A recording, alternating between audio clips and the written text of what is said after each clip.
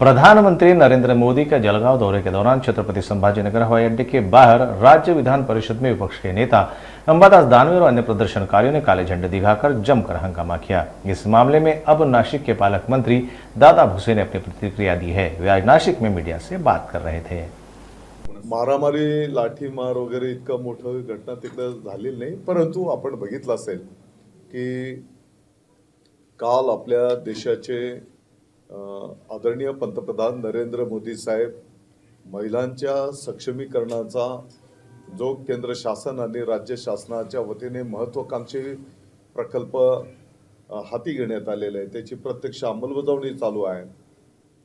लखपती दीदी हा जो केंद्राचा महत्त्वाकांक्षी प्रकल्प आहे त्याची प्रत्यक्ष कृती होऊन त्या बहिणी त्या आमच्या भगिनी मोठ्या प्रमाणात आर्थिक दृष्टिकोनातून सक्षम होत आहेत।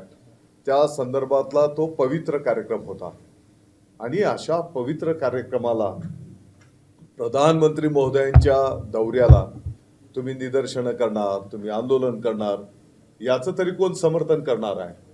लोकशाही प्रक्रियेमध्ये तुम्हाला तुमचं मत ठेवण्याचा जसा अधिकार आहे तसा तो सगळ्यांना आहे। त्याने जबाबदारीने वागायला पाहिजे। काल त्याने प्रधानमंत्री महोदयांना काळे झेंडे दाखवणार, आंदोलन करणार, हे कुठल्या लोकशाहीमध्ये बसतंय? मंत्री महोदयांचं जर भाष्य ऐकलं असेल तर त्यांनी सर्वांगीण विषयांवर अतिशय चांगलं मार्गदर्शन केलंय, चांगल्या योजनांचं अंमलबजावणी त्या ठिकाणी केली। उलट आपल्याला आनंद झाला पाहिजे। माय भगिनींची प्रगती होते आहे। सर्व महाराष्ट्राच्या भगिनी या योजनांचं स्वागत करतायत, त्यांच्यामध्ये आनंद आहे आणि तुम्ही तुमच्या राजकारणाच्यासाठी चांगल्या प्रकल्पांना गालबोट लावायला घेता।